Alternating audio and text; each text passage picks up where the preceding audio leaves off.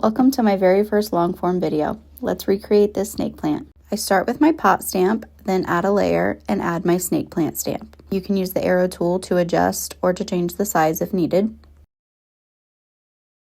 Now I'm just going to erase any overlap using the monoline brush.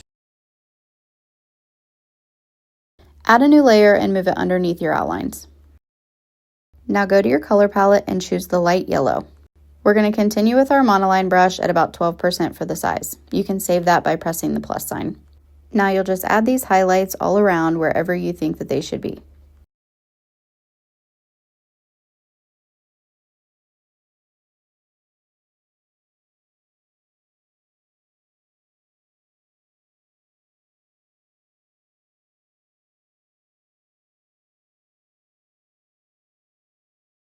Once you're done with that, you're going to add another layer and put it underneath our yellow layer. Using my mochi brush and grayish blue-green in the color palette, we are going to start adding the stripes for our snake plant. And these stripes do not have to be super perfect because we're going to be blending them out soon.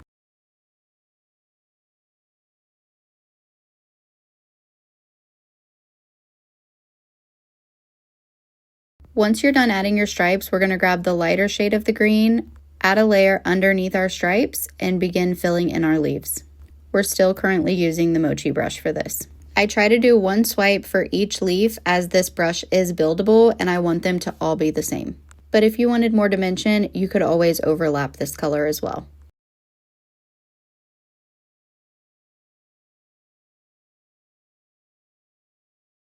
Once you're done filling in all of your leaves, pinch those layers together and grab your mochi smudge brush. That's the airbrush icon in between your brushes and erasers. And we're just going to do little flick motions, picking up our pencil each time until we've blended each of our stripes.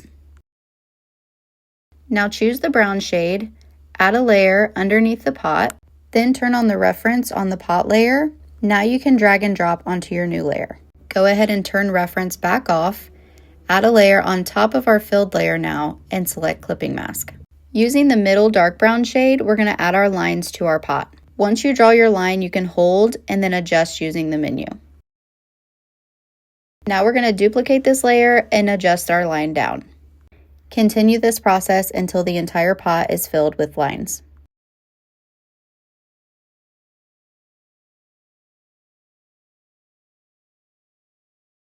Now pinch those layers together. Add a layer on top, grab your darkest brown shade, and now we're going to add our shadows. I add my shadows wherever I think looks good. You can do this however you want. This is just what works for me. And I'm using the monoline brush for this as well. Now I'm going to add shadows to my leaves anywhere that they are overlapping each other.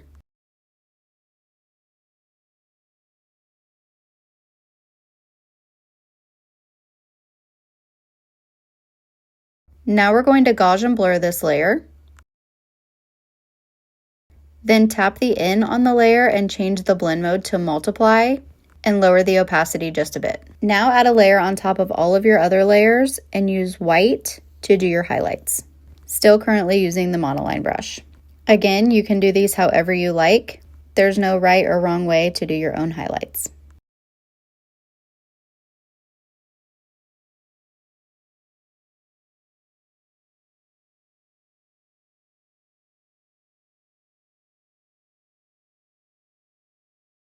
Now I'm going to add another highlight layer and I'm just going to draw lines right in the center of each of our leaves to give them a bit of a 3D effect.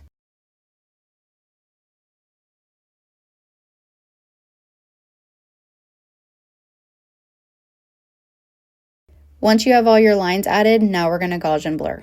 Now to turn this into a sticker, we're going to add a layer underneath all of our other layers, turn off our background, adjust your brush size, and begin making your outline.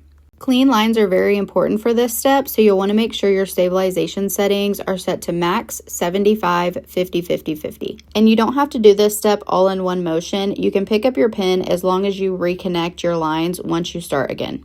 It's really important to make sure that it's closed. That way we can drag and drop to fill it here in a moment. Now grab your color circle and drop it right in. Turn on your background color, duplicate your outline layer, select black and drag and drop it in. Now our bottom layer is totally black.